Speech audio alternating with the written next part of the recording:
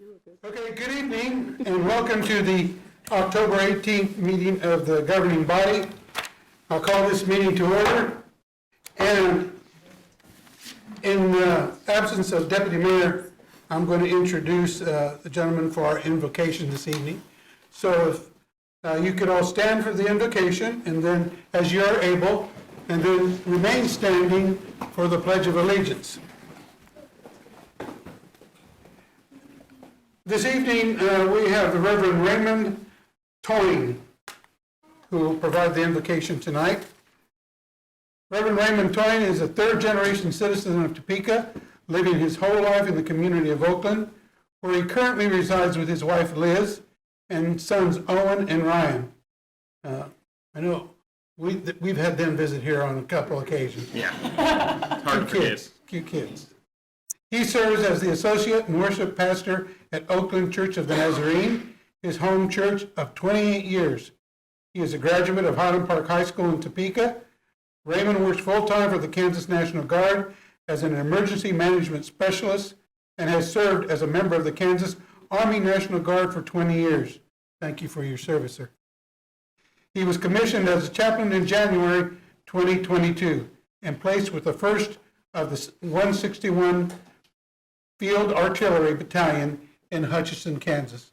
Reverend, if you'll provide the invocation. Thank you, sir. If you'd like to, please pray with me as I pray in my tradition. Father God, as we gather tonight, we pause to give you thanks. We give you thanks for our wonderful city, for the great citizens we get to call family, friends, and neighbors, and for this chance to come together tonight to do the business of caring for and improving the quality of the place we call home. For that we give thanks. God, I pray tonight you be with our elected officials and city workers as they discuss and make decisions to move our city forward. Give them wisdom and discernment to make important decisions and servant hearts to care for those citizens entrusted to them as community leaders. I pray for the people of Topeka. May your presence be on this city, and may your love and grace bring light and hope, joy and peace to all who live here. God, use us as agents for good, loving and caring for one another as you have loved and cared for us. All of this I pray in the name of your Son, Jesus Christ. Amen. Amen. I pledge allegiance to the flag of the United States of America and to the republic for which it stands, one nation, under God, indivisible, with liberty and justice for all.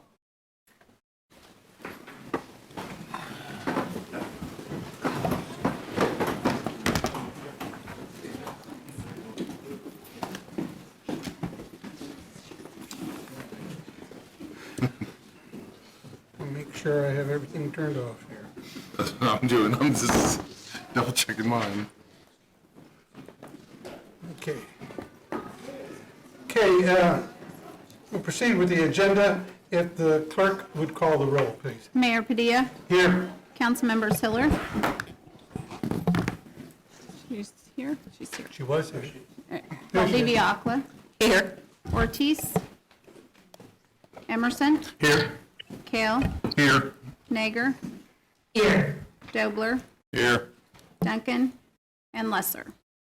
Here. All right, we have 8 present. Okay. We'll move on to agenda item number 2, which is a proclamation.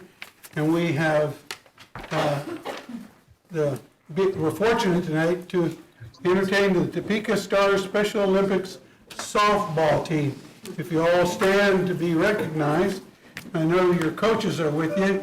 I don't know if we have enough room for all of you up here, but those who wish can certainly join me up here as I read the proclamation.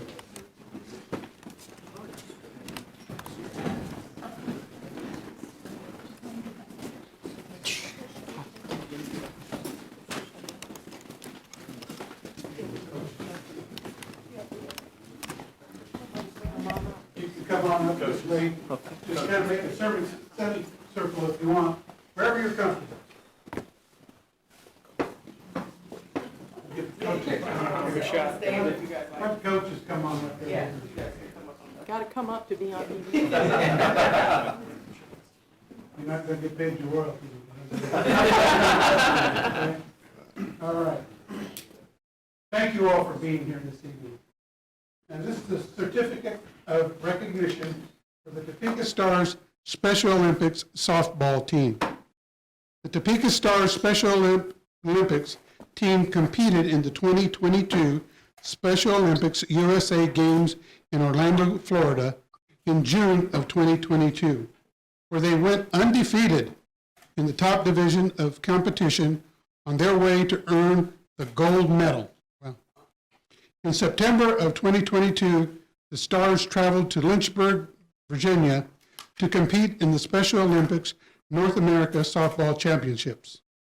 Although the team is comprised solely of athletes with intellectual differences, the team dominated other traditional teams to the point that the team was moved up to the highest level of competition, comprised of unified teams consisting of 50% Special Olympic athletes and 50% intellectually typical partners. Even playing in the highest level of competition, the Stars earned a silver medal after defeating two unified teams in the medal rounds. The Stars' elevation from traditional competition to unified competition is the first time in the history of Special Olympics softball that a traditional team has been moved up to compete at the highest possible level. The team is also the first traditional team to defeat a unified team and the first traditional team to ever medal in a unified bracket. The head of the U.S. football stated that USA softball stated that the Stars are undoubtedly the best traditional softball team that he has ever seen. Special Olympics officials at the USA Games and at the SONA Softball Championships were equally awed by the team's excellence on and off the field. The 2022 Stars team members include Jason Barrett, Jordan Eubanks, Shannon Harden, Marvin Leffman, Sean McWilliams, Ryan Pratt, Bo Renier, Adam Rice, Harley Rich, Houston Robinson, Markel Russell, and Justin White. Becca Henderson served as Batgirl. The Stars are coached by head coach Alan Henderson, Monty Keene, Brandon Hatfield, Ed Lee, Craig Venters, and David Schumann served as athletic coach. This group of fine athletes have brought great honor to the state of Kansas, the city of Topeka, and surrounding communities. In witness whereof, I do hereby affix my official signature and the official seal of the city of Topeka, Kansas, on this 18th day of October, 2022. Quite an accomplishment. Congratulations. If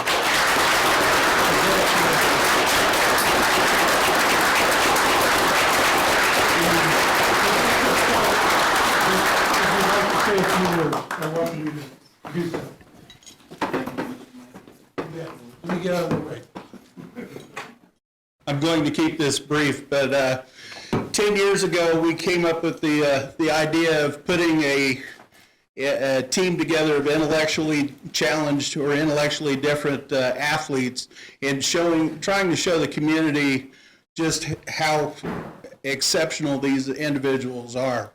We've been playing softball in normal league play on Wednesday nights for over 8 years now.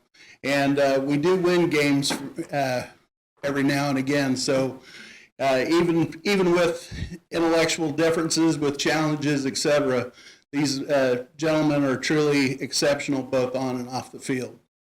And in honor of the proclamation, Mr. Mayor, I'd like to offer you 2 claps.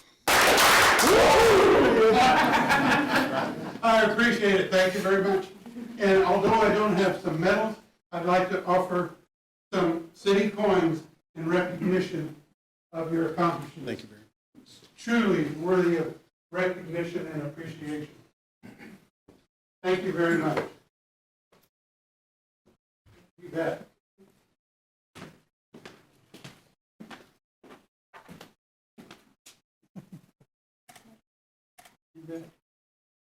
Good job.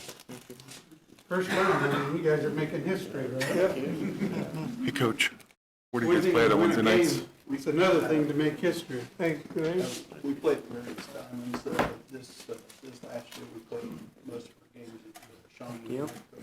On the backside is our city flag, a representation of our new city Actually flag. gone from not being appreciated or liked to actually having a pretty big following. Thank you all very much. Thank you. I've seen the old flag, like over. Thank you again very much. Thank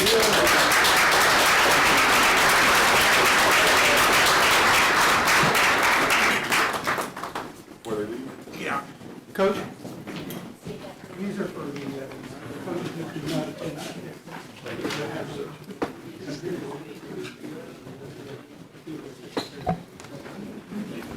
I believe so, yeah, okay. You get some Luther King ones, I'm thinking this. Yeah.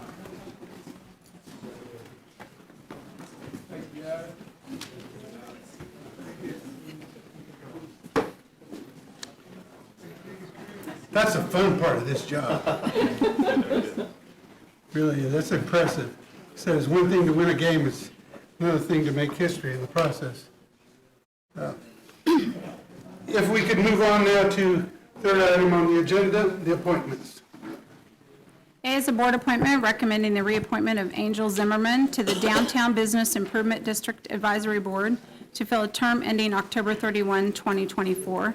B is a board appointment recommending the appointment of Elliot Kemper to the Topeka Sustainability Advisory Board for a term ending October 18, 2024. You've heard the appointments read, the chair would entertain a motion. Move to approve by Councilman Emerson, second by Councilman Kell. If you'll call the roll, please. Councilmembers Hiller, Yes. Valdivia Akala. Yes. Ortiz, Yes. Emerson, Yes. Kale, Yes. Nager, Yes. Dobler, Yes. and Lesser. Yes. We have 8 yes, motion carries. Motion's been carried. I know that Ms. Zimmerman's in the audience. I saw her earlier. And Mr. Kemper, are you here with us? If you would both stand so we can give you an applause and our appreciation for your service.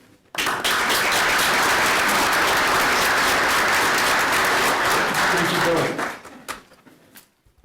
Move on now to agenda item number 4. If the clerk would read. 4 is a presentation on changing our culture of property maintenance final report. Karen Black, I believe, is online from May 8 Consulting to present. There she is. Okay.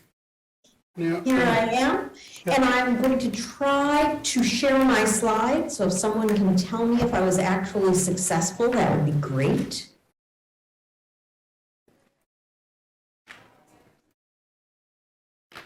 Are you able to see them? yes. How wonderful. Thank you so much, everyone. I wish I could be there in person like I was in June, but this is really just a quick opportunity to update you on the final report. Very excited to be able to share 11 recommendations, and I just want to start by thanking Council members Hiller and Valdivia Alcala, who were the heart and soul of this, the Public Health and Safety Committee, the amazing staff who gave so much time for this. And I think you're going to find that these 11 recommendations are common sense, they're fairly simple, and I think they will make a big difference. So let me just spend 10 minutes running through them quickly. I believe you have a copy of the report, and then I'm happy to take any questions, either now or at any time in the future. Just a quick reminder of why we're doing this. The idea is to create a culture of property maintenance throughout all of Topeka's neighborhoods. And the focus for this report in year 1 was to look at government's role. What can government do to help owners to maintain their properties well? The mandate from the start was that we want to enforce laws in a way that uses fewer government resources, is fair and equitable, doesn't burden good owners, and works in partnership with community. So how do we do that? My last intro slide is one slide on data, and if you recall back in June, I think I had like 30. So we analyzed the data of about 50,000 code enforcement cases over 6 years to look and see what we could find out about what the cases look like, what the properties look like, and who the owners are. So in very short summary, the owners, about 28% of them are professional landlords, LLCs. And this is important because last year in Kansas, 1 out of 4 single-family homes was bought by an investor. We just had an investor in Topeka buy up 30 multifamily properties in very short order. Investors are coming, and what we found from looking at the data is they aren't taking care of their properties. Almost 80% of the property maintenance cases during the 6-year period were inspector initiated, and they were on exterior conditions. So a lot of sanitation and weeds, but not a lot of going into people's rental apartments and looking to see if they're living in clean sanitary conditions. Annually, property maintenance is conducting about 18,000 inspections, about 3 inspections per case. So it's almost equal, new inspections and then re-inspections to see if the owner fixed up the property. And really, as a Herculean effort, they've completed about 8,000 abatements during that time. The most common were for high weeds or to remove junk. 17% of the properties received more than 1 abatement. So the city had to return and abate again. And the city recovered about 64% of abatement costs from owners. The context for these 11 recommendations is that Topeka, when I walked in the door, was doing a lot of things right. They are focused on getting owners to comply, not punishing owners. It's a mix of complaint-driven and proactive inspections. They abate quickly when the owner doesn't act. You've got all the technology you need to do this right. You've got both civil and criminal court enforcement with really knowledgeable, caring judges. And the city has a home repair program just for owners who receive notices of code violations and don't have the capacity to make the changes. Those are truly extraordinary. But there are a few things, okay, 11 to be exact, that we found could make a big difference. So let me go through those quickly. And I'm going to spend a little more time on the first 2 because I think those are important. Currently, the city treats all owners alike, and their goal is compliance. And that means that when the municipal court judge says about 85% of the people who are walking into his courtroom for code violations are either too old or too poor to fix them, they're being treated the same way as large professional landlords with hundreds of units. And the first recommendation is that they shouldn't be treated the same. And that recommendation is based on the fact that it'll be far more effective to treat them differently to achieve compliance, but also it doesn't seem fair.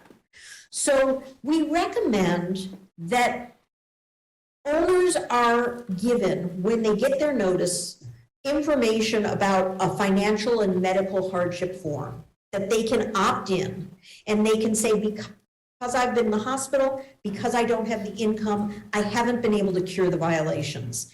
And then instead of sending them directly to court, they would actually be referred to what we're calling in this report a housing navigator, which is an employee whose job it is to talk to their family and their neighbors and see if anyone can help them out. If there isn't someone to help them out, connect them to all the various programs, send them to Habitat or the city's own program or their church, but try to figure out ways to help homeowners who want to maintain their properties but just don't have the resources to do it.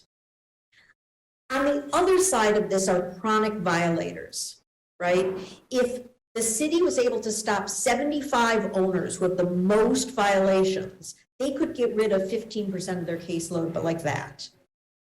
And they're coming in over and over and over. So the report also says we need to strengthen our enforcement power over them. Right now, if they don't show up in court and they ignore the city cannot do much.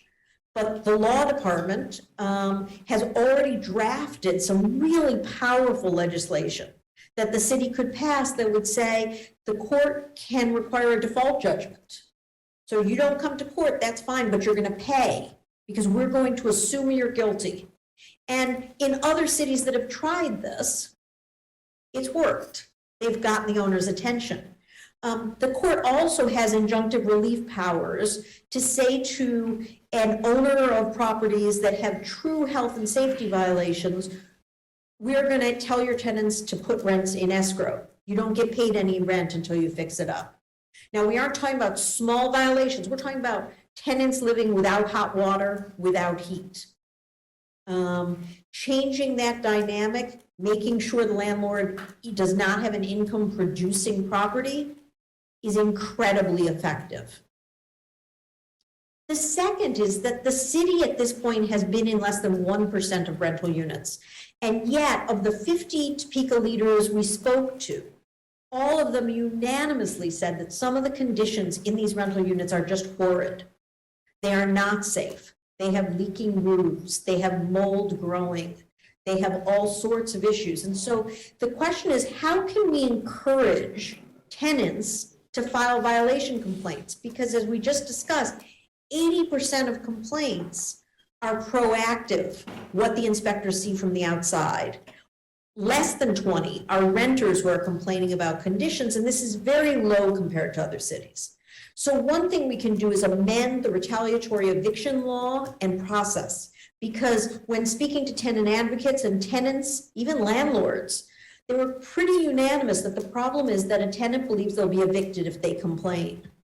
But right now, if you go on the city's website, it says, tenant, if you want to complain about your landlord and claim a retaliatory eviction, you need to go to the police department and file a criminal complaint. That deters a lot of tenants right there. There's no reason by law that they have to go to the police. So changing that law so that it makes it easier is important. The other thing is we find in almost every city that a tenant is most likely to complain when they have other housing. So they've given their notice, they have another, hopefully better, safer place to live, and they call property maintenance and complain. Right now, often property maintenance is closing that case when the tenant leaves, saying they filed a complaint and they left. But that's an amazing opportunity to get into the property, right? Because the property is still terrible, and to stop this revolving door of tenants going into these terrible properties one after another, all being promised things will be fixed when they aren't. There's several others here, including Mayor, launching a landlord committee to talk to other landlords about how to deal with these kinds of violations. One of the things that I take away from my visit to Topeka is I spoke to a lot of landlords who were ashamed that there were investors in Topeka treating their tenants so poorly. They thought it hurt them, it hurt the city's reputation, and I believe that a little peer pressure can go a long way, and they may have some good ideas for how to tackle the really bad landlords. Really important here, education. The cheapest way to get someone to fix something is to tell them what to do, never have to go out and have them take care of it.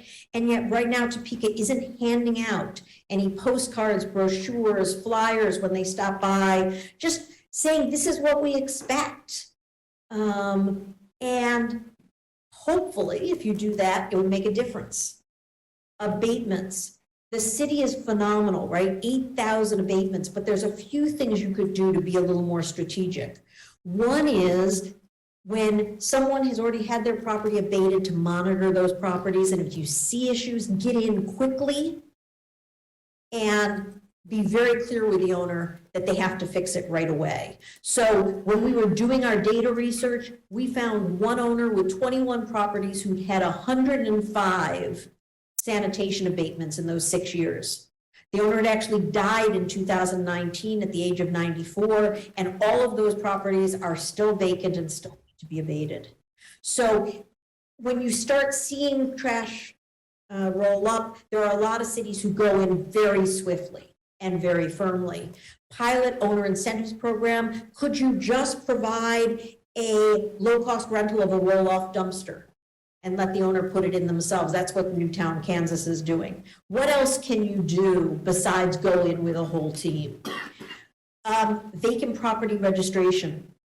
We do not know where our vacant properties are. We don't know which are dangerous, which have pests in them, which if a fire breaks out and the fire department comes, will risk their lives. So getting this information is really critical, and there's several different pieces in there, but I'll let you read about that in the report yourselves. We met with several investors who came to Topeka and wanted to invest in single-family housing. And they did so because, as one developer said, there's a lot of money to be made renting housing to poor people. But the houses themselves have very low value.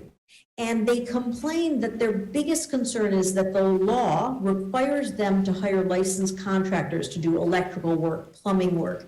And the licensed contractors charge a lot of money, and they really aren't interested in the jobs. And so one of the things that the report spells out in detail is how to specify what the owner can do and what they do need a licensed contractor for, because we don't want unsafe housing, right? So what other places have done, they said, yes, an owner can replace the electrical wiring if it's the exact same capacity as the old wiring, where they can put in water heaters, but they can't do other plumbing things. It doesn't really matter what the list is, but just being really very clear about what owners can do and what they have to hire someone to do. Data collection may sound boring, but let me tell you, having been through all this data, it is not. The city can give itself an awful lot more information just by having inspectors, as well as the fire department and police department, collect data on property type. Is it a residential property or commercial property? We don't even have that. Is it vacant or occupied? Is it multifamily with over 10 units? Is it single family?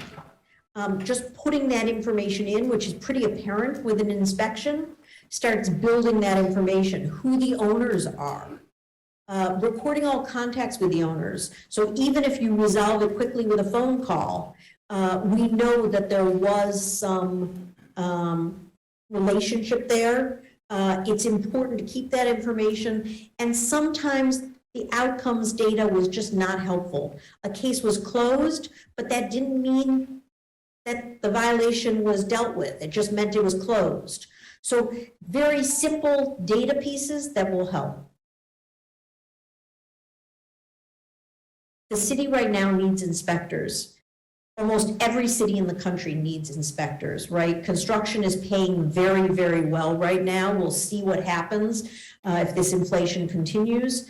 But what cities are doing is they are shifting their emphasis in their job descriptions from an awful lot of construction experience, 3 to 5 years in the construction industry, to good people skills. Because as we discussed, 80% of these violations are weeds or trash in the yard. You don't need construction experience to understand it. What you do need is to be able to talk to owners in a respectful way that's going to get them to resolve the issue. And so in the report, you'll see examples of cities that have shifted their job descriptions, and not only have they filled the positions, but there are people who are doing those jobs very well. And I also have here that hiring of a housing navigator who knows everyone in town, understands working with low-income homeowners, and can help people to make the changes that they need to. The fire department has got into almost 1,000 multifamily properties in the past 6 years, and they've gone into the common areas and they have found an awful lot of violations, many of which can be fixed for low or no cost. that will save lives. Fire doors that are blocked, fire hydrants that are missing or no longer operable. This is really important, and they're doing it because 82% of fires in Topeka occur in residential properties, and in these multifamily properties, a lot of people could die. This right now is a voluntary program. They just provide advice. They don't go back and re-inspect to make sure that their advice was taken and the fire door is now not blocked and people can get out in case of fire. We just want them to institutionalize it because it's a really good program. And I want to end with the two recommendations that are really for the county, but they're important. The county has sold a tax sale about 103 Topeka properties in the past 6 years. That makes up about 13% of long-term vacant tax delinquent properties. So when we talked to the county about it, they said, look, we don't want to then have to maintain properties that don't sell at tax sale because they would be in our ownership. And we certainly don't want to get property maintenance violations. So could the city and county just agree to an agreement that they would maintain those properties jointly so that the county would get out there and get some of these properties into new ownership? And if they're going to bring them to tax sale and get them into new ownership, there's a little thing that would make a big difference. Right now, the county law says that the highest qualified bidder gets the property. And the county interprets that as the bidder who is tax compliant, no overdue taxes. But what they're doing in a lot of states is they're saying the highest qualified bidder means the person who's the high bidder who is tax compliant and code compliant, has no code violations. Because when we looked at who was buying a tax sale, there were several buyers who were huge problems, had many problem properties with code violations, and they were just buying more. And that does not help Topeka. And finally, contract for deeds. As I think most of you know, there are an awful lot of properties that are being transferred and sold in Topeka from landlords to tenants. The tenants are told that they will pay monthly a fee. They are often facing predatory contract terms. Habitat has seen interest rates up to 57%. And many of those tenants will never, ever become buyers because even after 10 years of payments, if they miss one payment, they don't get it. It's important for code enforcement because those tenants are getting the property as is.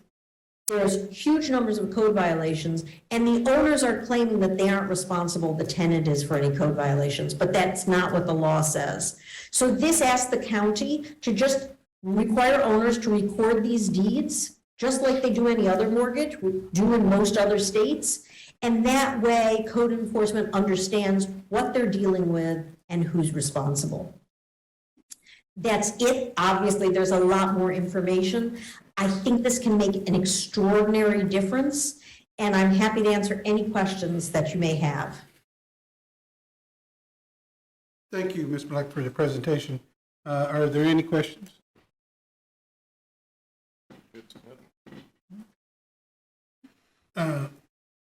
Councilwoman Hiller, did you have some comments? Would like to do that. First, obviously, you can see you all got a chance to meet Karen Black when she was here this summer and engaged really well. At that point, she was presenting a midterm, just a data report. This is her bring back in terms of recommendations to us. As the Public Health and Safety Committee, we have a challenge to all of you on the council, as well as the public that's watching, people who care about this, and that is that we want to get these initiatives going. We, to their great credit, the staff teams, while she was working on this study, and Christina Valdivia Alcala and I, the co-chairs of the initiative, were working on the mowing initiative this summer. There were staff teams that continued work on 10 issues that we knew were going to carry forward. And we brought them forward last Friday and reviewed where they were. We will then combine the recommendations that Karen Black and May 8 Consulting have to fine-tune where we are on everything and get our initiatives going. The challenge to you all is we want to make sure we don't miss anything. And so if you all would please read this report in its entirety, ideally by Friday, or if you don't have time this week, by Monday, and send us comments with any questions or concerns or other ideas or case examples that you have. It will be much appreciated. If you just send them to Liz, that would be etoing@topeka.org for the public who's listening. We will gather those comments. The committee is meeting again on Tuesday, the 25th, to get rolling on this. Again, tremendous credit to the staff. We've got at least one piece that we want to concentrate on Tuesday that we think is ready to push forward to you all, hopefully in November or December. We see that the others are in various stages along the way. We are in the process then of calendaring out what we think we can get moving by the end of the year, what we will work on in 2023. Again, we want all of your comments, examples, issues, questions up front, if you possibly can do that for us. Karen Black, you've been a joy to work with. One of Karen's, this is, what are we, like 7/8 down the line in your contract here? There's one more piece that she is due to deliver us, and that is an action plan based on what she has observed and so on. Again, we should have that within 30 days. So we're going to be consolidating next Tuesday. We're using November as a work month. We're expecting to meet again in December so that we can push things forward to you. Again, we may have one for you in November, December, but we're eager to push forward as much as we can in January. Again, much appreciation. We have a number of staff people here who have been tremendous. I want to particularly call out Hannah Ulrig, appreciate the interim city manager at the time, and now city manager Steve Wade for appointing a special assistant, Hannah Ulrig, to chair this process. She has been great. Amanda Stanley and her staff from legal have been phenomenal. Gretchen Spiker and Taylor Schley from communications have been tremendous. Mike Haugen, Andy Badel, John Chardon, and I'm sure other staff at Code Compliance have been tremendous.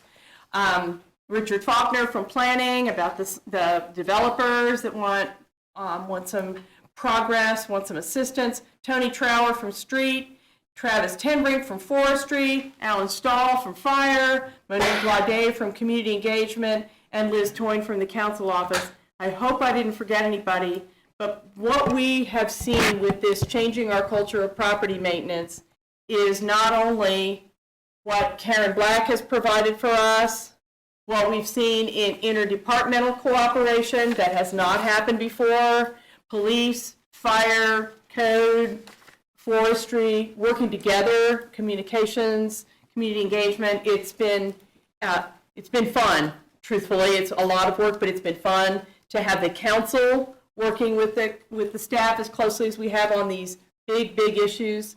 What we realized is we can't fix one of them and fix the problem. So this is huge. You'll be seeing a lot of pieces from us, and we will, with the agreement of city manager and the mayor, we will not dwell on our mowing project this summer because we're going to bring that back to you soon. And my colleague, Councilwoman Valdivia Alcala, wants to add some words as well. I was going to give her the opportunity once you were done. Councilwoman Valdivia Alcala. Thank you, Mayor. Okay, this cannot be a report, as many reports have gone on the shelf. I think that stumbling upon, to some extent, Karen Black and May 8 Consulting was a godsend, a possibility for this community, and what we can do to start clearing a path to right some of the huge inequities, some of the huge abysmal situations that our citizens are living in, while also building community to reimagine what it can be with reconnecting with each other. So Karen Black has done exceptional work. She has keyed in. She is a lawyer. She has a civil rights background, a fair housing background. She knows the ins and outs of code enforcement. Everything that we needed to put these pieces together has been worked on by Karen. And so it's up to us now as a governing body to do the work that we need to do to change the ordinances, to help educate on this initiative so citizens understand that we hear them and we see them. To me, this is economic development. This is public health and safety. This is quality of life. This is proactive. This is prevention. This is a powerful initiative with many, many moving parts. And I would agree that staff has been incredible. The inner workings of it are just like looking at the inside of a watch and seeing how everything comes together. So yes, I would actually say I implore my colleagues to review the study and for us to work together. There was excitement at that meeting breakfast that we had when we saw what the possibilities could be for turning things around, because we know we have a problem with multifamily, especially dwellings, amongst other things. This is the key. So I would just ask that everybody take a chance to review it. Let's be intentional about it. Let's be as uniting as we can about it, and let's move forward. Thank you, Mayor. Further comments or questions for Ms. Black? Okay, seeing none, thank you again, Ms. Black, for your presentation. Thank you very much. If we could move on to agenda item number 5, the clerk would read. A is an ordinance introduced by City Manager Stephen Wade authorizing initiation of condemnation proceedings to acquire easements for a waterline improvement project at the West Ridge Mall. B is approval of a utilities contract amendment number 2 to City of Topeka contract number 49609 between the City of Topeka and Alfred Benish and Company in the amount not to exceed $98,250 for additional survey work and geotechnical and hazmat testing services for the Meyer Industrial Area Waterline Replacement Project 28-120514. C is approval of a utilities contract amendment number 1 to City of Topeka contract number 49008 between the City of Topeka and Cook, Flatt, and Strobel Engineers, PA, in the amount of $148,706 for the developing of 2 separate sets of bid documents to be let separately for waterline and street construction in the area north of Southwest 6th Street along Southwest Yorkshire Road and Danbury Lane. D is approval of a utilities contract between the City of Topeka and Safety Consulting Services in an amount not to exceed $65,000 for safety consulting and training services as required for certification of qualified utility workers. B are minutes of the regular meeting of October 11, 2022, and there are no applications. Okay. The body has heard the consent agenda and will entertain a motion. Motion to approve from Councilman Dobler. Second from Councilman Emerson. Please call the vote. Council members Valdivia Aquila, Yes. Ortiz, Yes. Emerson, Yes. Kale, Yes. Nager, Yes. Dobler, Yes. Lesser, Yes. Mayor Padilla, Yes. and Councilmembers Hiller. Yes. We have 9 yes, motion carries. Motion's been carried, and we'll move to agenda item number 6, action items. If the clerk would read. City Manager? Mr. Mayor, if I could, before we move on to action, we have a group of brave individuals in the back, Topeka firefighters. Councilwoman Ortiz, you certainly are very passionate about this subject, given fire awareness. Wondering if maybe we can let these guys go back to work and give them a round of applause. They've had a rough couple of days. Thank you, City Manager.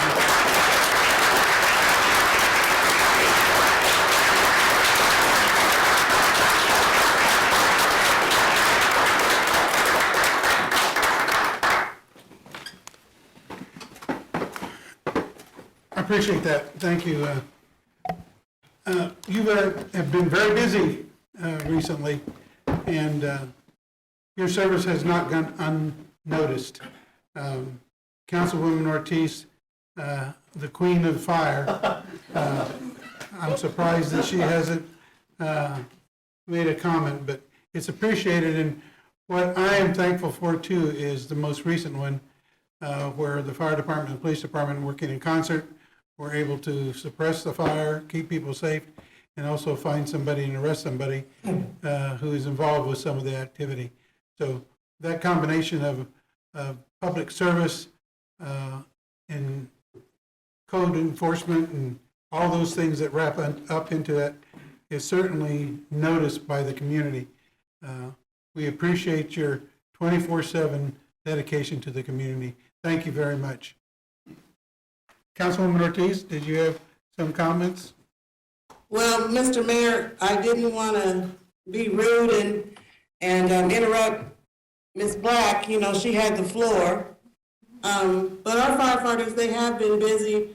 I appreciate them and all the work that they do on and off the clock. I just want to make sure, while we're talking about this, if I could real quick, Steve, I want to make sure when these fires are consistent, that they are getting meals and water brought to them. I know before, if you'll make a note of that, there's been a time or two that I've taken them something to eat and made sure that they had water. And that should just be routine and consistent, whether it's police. Well, I think police would be in a different area, but especially for our firefighters that are going in to keep them nourished and to keep them hydrated. So if we don't have something in place, we really need to look at that to make sure that we do our end for them. I appreciate that. Thank you, Mr. Mayor. Thank you, Councilwoman. Gentlemen, again, thank you very much. Appreciate your presence here as well. So back to work, as it were. Thank you.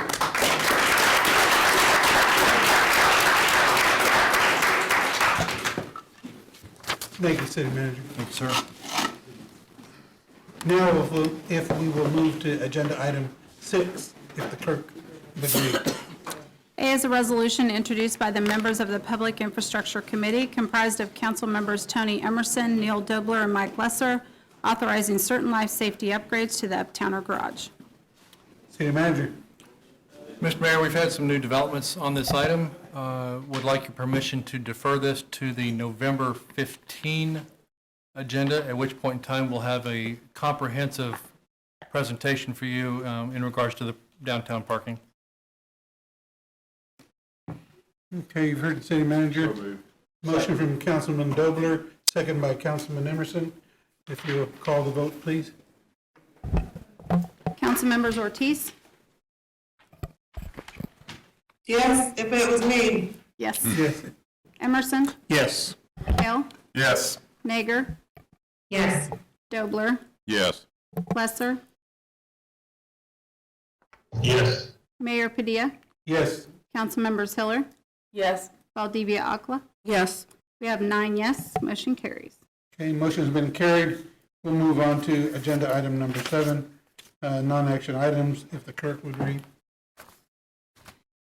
A is discussion regarding the 2023 Topeka Dreams Neighborhood Improvement Initiatives Program awardees. Mr. City Manager?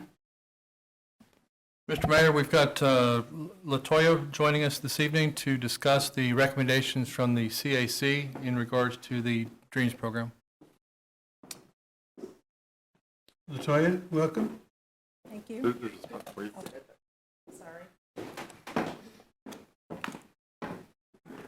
That's the hot seat.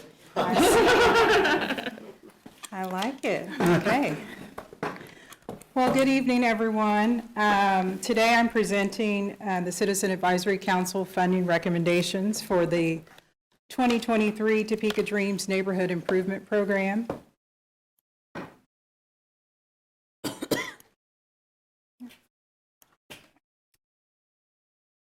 For Dreams 1, we had 3 applications from Historic Holiday Park, Historic Old Town, and High Crest neighborhoods.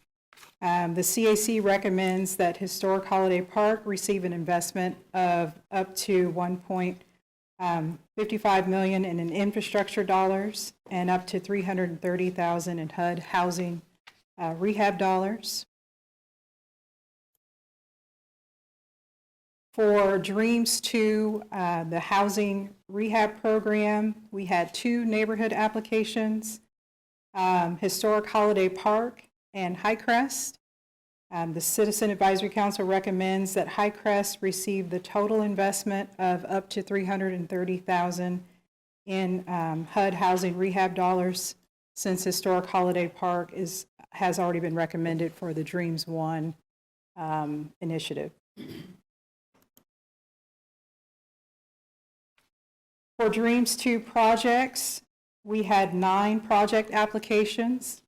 The CAC recommends awarding Historic Old Town $77,000 for the Washburn Lane Lighting Project, Highcrest $100,000 for the Southeast 31st Street Adams to Irvingham study, $135,000 to Valley Park for the Southwest Randolph Sidewalk Project connecting to the Shunga Trail, Central Highland Park, $150,000 as a 50-50 match with Shawnee County Parks and Recreation for the Hillcrest Pool Slide Project, and $333,172 for an alley project in Chesney Park between Buchanan and Lincoln from 18th to 19th. The total recommended for funding is $795,172 for projects in the Dreams 2 initiative. For Dreams 3, we had 17 project applications. The CAC was tasked with prioritizing funding for projects up to the $200,000 max for this initiative. They recommended awarding 10 of the 17 projects for a total of $196,850. I'd like to thank the governing body for your consideration of these recommendations. And I'd also like to acknowledge that the CAC Chair, Susan McClarity, and Vice Chair Kim Thompson are also here this evening in support of these recommendations. And I yield the rest of my time to questions if you have any. Thank you, LaToya. Any questions on the recommendations from the body?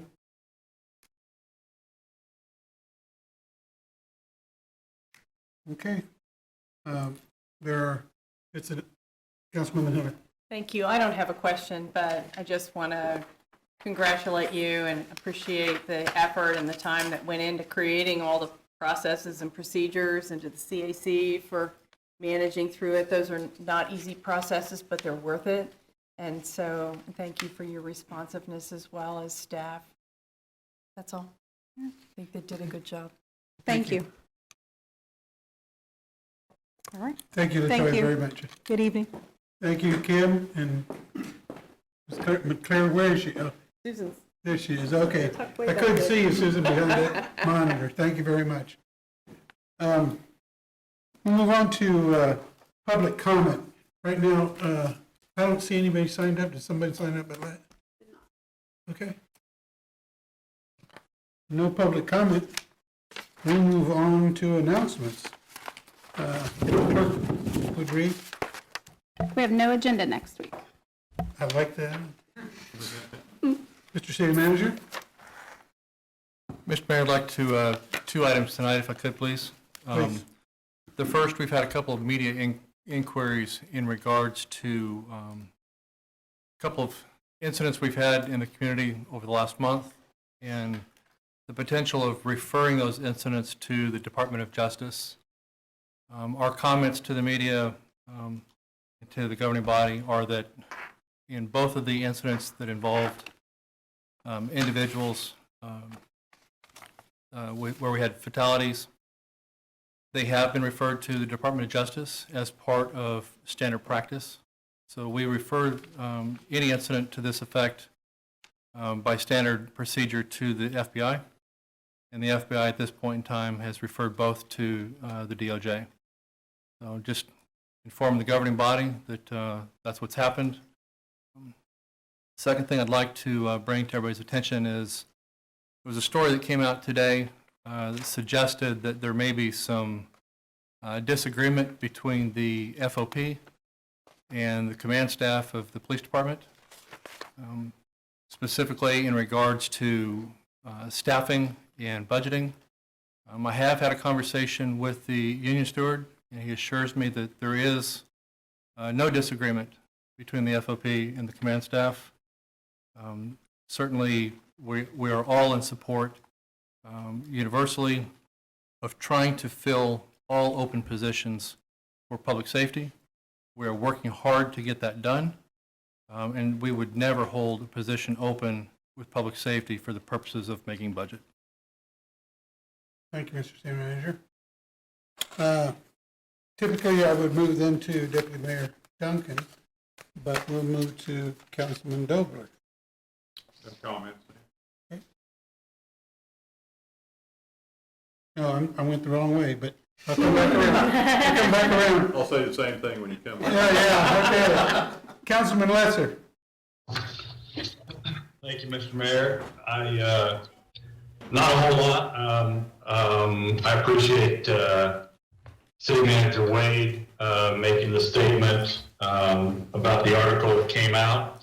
I'm sure other people did as well, but I did talk to Chief Willis. I received a text from Mr. Blasingame of the FOP saying that there, in fact, was no disagreement exactly as City Manager Wade stated. I'm disappointed in the story that came out of the inaccuracy, but then there again, I usually get the Saturday football scores on Tuesday too, so I don't know what you'd expect. So, thank you. Thank you, sir. Councilmember Hill. Thank you, Mayor. I just want to reiterate my appreciation for the council and the staff and the community for stepping forward, and Karen Black for the work that she's done for the changing our culture of property maintenance, and do the heads up again that we had a great event on Saturday at the Evergy Plaza, and we'll have more to share with you on that in a couple of weeks when we meet again. Thank you. Councilmember Valdivia. Thank you, Mayor. Wanted to say thank you to the city manager for attending a very long Oakland NIA meeting last night. He stayed for the whole thing and was open to questions and what I believe was very transparent. Also, in advance, I just want to say thank you for working so quickly with getting the historic North Topeka West meetings scheduled with concerns that folks have in the district. Also wanted to give a shout out to the Oakland Community Garden. There was some media attention that was had with the planting of fruit trees that were in addition to our Oakland Community Garden. That was due to the help of the Big Garden, which provided the trees out of Kansas City, Blue Cross and Blue Shield of Kansas, which was a sponsor, and the hard work of some folks from Leadership Greater Topeka class of 2022. To see the future that is being created in the garden is just very exciting. We have close to probably over 1,700 pounds of food that has already been distributed to neighbors in Oakland and North Topeka and across Topeka, with focus on our senior centers. So just thank you to all involved, in Bree Whittington with the Leadership Greater Topeka class, who's a core member of our garden planning committee, for making all this possible as well. Also, just for folks that are very sensitive to the cold, please beware that it's going to be a hard freeze tonight. Take care of your animals. And we are in for, I think, some mid-80-degree weather in the next 2 days, so stay hydrated, and who knows what's next. But thank you, Mayor. Thank you, Councilwoman. Councilwoman Ortiz? Thank you, Mr. Mayor. Again, I will reiterate, You know, our public health and safety officers, police and fire department, they have been busy. They have really, really, really been busy with just calls and everything. So I'm glad that we took the opportunity to thank them and to acknowledge them. I wanted to, there's a free shredding this Saturday at Fidelity at 29th and Wanamaker, over there next to Sonic. It's from, I believe, 9 to 11. So all those old love letters or things that you need to get rid of, it's an opportunity to take all your items over there and get them shredded. I also wanted to remind you that we do have the Share the Warmth coat drive going on. So if you have old jackets or sweaters, you know, take them to Scotch and they will clean them and they'll get them to the Salvation and the Army, and they'll be distributed December the 3rd. Also, they're taking applications for turkey dinners, the Salvation Army, for 200 turkey dinners. So you can go there and apply and get your name on that list. There's just a lot of good things coming out of Salvation Army with that. I also wanted to acknowledge Jonathan Sublett for saluting our heroes. Last night he was on WIBW 13 and all the wonderful things that they're doing in Highcrest. And as you heard in all of the grants, they've applied for everything, and they're just doing just amazing things over there. So I wanted to actually send a shout out to them and the SINC group. It seems like I've seen them on the news 3 times this week, and I think that's awesome in a much needed area. I just wanted to say that today's the last day to get registered to vote, but if you haven't met it by 5 o'clock, you can still go online, and you can do that up to midnight. And it doesn't matter who you vote for, just make sure that you vote. And that's it. Everybody have a very safe Halloween, or however you, if you do celebrate. Just wanted to make it safe, and I think our Topeka firefighter and also the police department are teaming up, and they are also having trunk or treat, and it'll be at the plaza. So a lot of good things going on. Thank you, Mr. Mayor. Thank you, Councilwoman. Councilman Nimmers? Councilman Kell? Thank you, Mr. Mayor. Just kind of wanted to bring light to a couple things. One was during the Change Our Culture presentation. Everyone kind of looks at landlords in Topeka as not so great.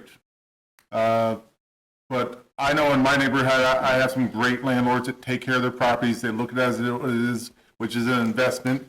And the more they can upkeep and take care of, the more they can take care of the community.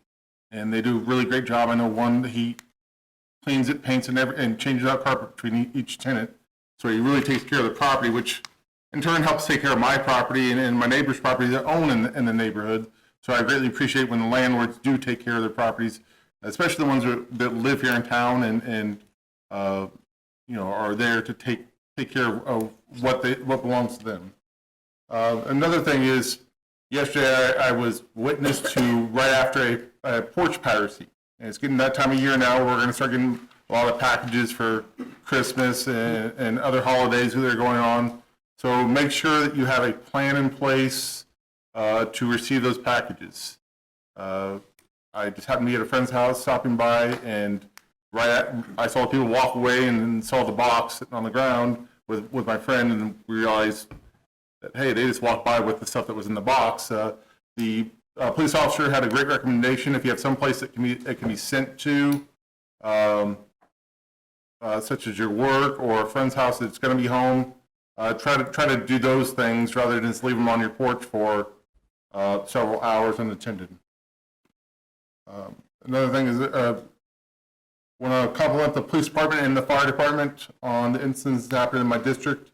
I hate to see the incidents that we have had where a fire happened at the building next to White Lakes that had the old Mr. Good's incident, and then unfortunately on, I believe it was Wednesday morning, Thursday morning, we had the shooting at 45th and Topeka, and I went to both areas just to always check on the officers, firefighters, make sure everyone's okay. But they put a lot of stressful hours in, so I truly appreciate our fire and police. And finally, this is National Dysautonomia Awareness Month. Let me get this pulled up real quick. I have some family members that are afflicted by this. Dysautonomia Awareness Month in October brings attention to disorders that impact the autonomic nervous system. The autonomic nervous system controls bodily functions such as your heart rate, breathing, digestion, ability to produce such body fluids as sweat, tears, and saliva, and other functions. It can cause low blood pressure, dizziness, fainting, vertigo, weight loss, fast, slow, irregular heartbeats, and difficulty controlling body temperature. It's very alarming when you see like one of my children, when they stand up and all of a sudden they almost go right back down again. So, and it's one of those things that I'm a stubborn old man and I don't know the doctor myself, but wouldn't be it out if I have it, because there's times I stand up and I almost go right back down again, or have the racing heartbeat kind of thing. So it's definitely something, if you feel that you have health issues and you should be able to, going to the doctors and taking care of yourself. I know I make excuses all the time about my health issues, but that's the way we all can get better as a community is becoming aware of situations like dysautonomia, but then also having yourself checked if you have any symptoms that fall in those categories. And thank you, Mr. Mayor. Councilmember Nager. Thank you, Mr. Mayor. Councilmember Ortiz was stealing my thunder, but I wrote it down because I am who I am. If you go to votekansas.gov, you can go ahead and register to vote until midnight tonight. You just have to verify your voting eligibility, verify your valid identification card or driver's license, enter your personal information in, and then you just review it, make sure that it's all good to go, and you submit it. And that way you can go ahead and vote in these midterm elections. Midterm elections is really only midterm for the president.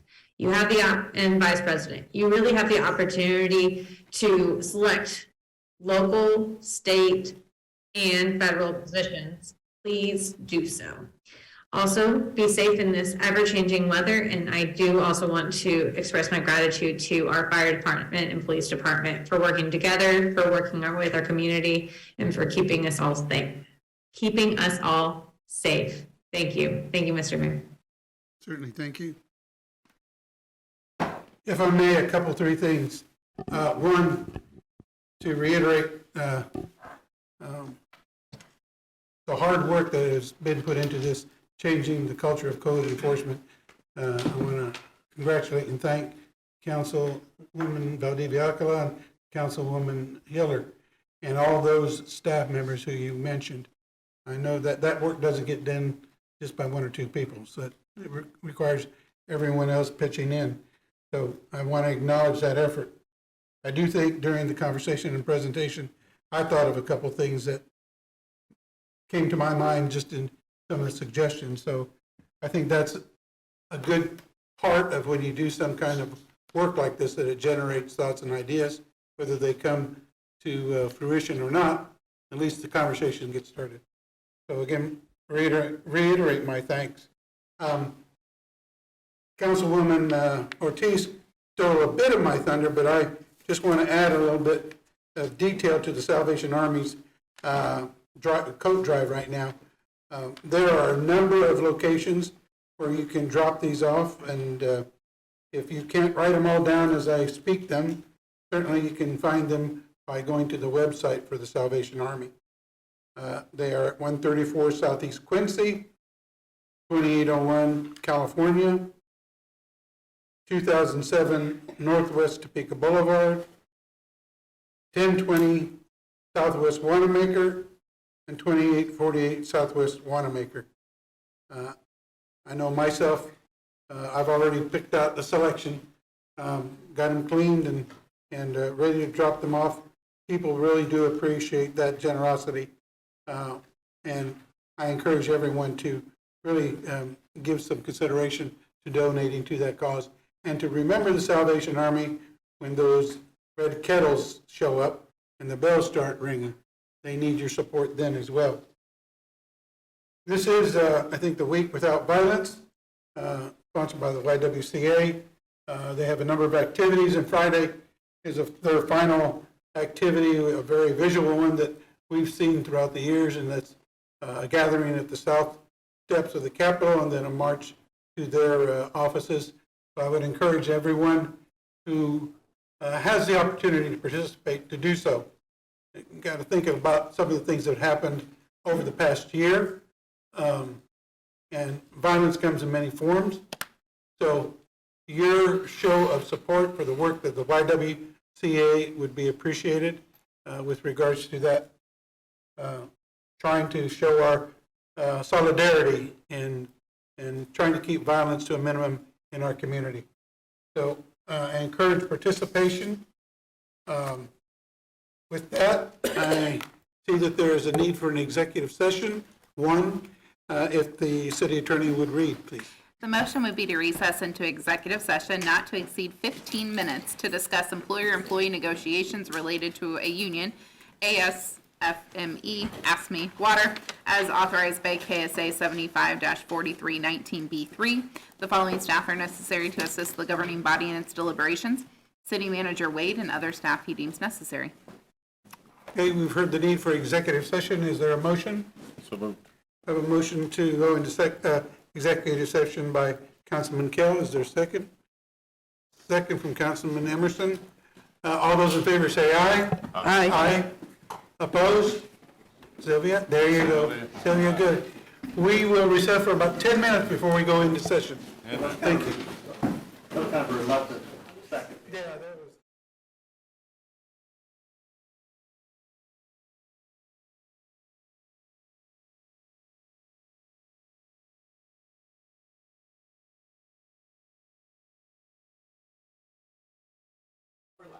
Okay, we're coming out of our executive session. No action has been taken. But before we adjourn, there is a request by Councilwoman Ortiz to address the body. Councilwoman.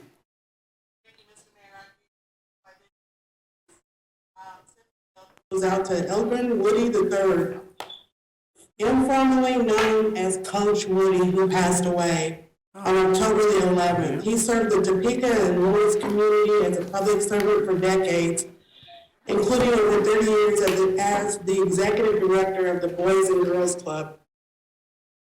His love for his community was unmatched, and he worked tirelessly to improve it and get back to it through coaching sports teams, fundraising, donating, and offering time to help with any task a fellow community member needed. He was a huge pillar in East Topeka, and if you grew up in East Topeka or the surrounding areas, everybody knew and loved Coach Woody. So please send your prayers to his family and his children.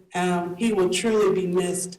He was very instrumental in the new building of the Boys and Girls Club, which now stands on Adams Street. And if I'm not mistaken, Mr. Mayor, I seen him out there at the Salvation Army when you were asking for a soccer coach. And I drove by there and I was like, look at Coach Woody. He's still able. He's still going. So he will truly be missed. Thank you, Mr. Mayor. I'm glad you brought that to our attention because I knew him really well when, like you said, he was the Boys and Girls Club. I can remember taking some boxing lessons down there with him at the Boys and Girls Club way back when. So thank you for that and bringing it to our attention. No further business comes before the body. This meeting is adjourned. Must not have been good lessons,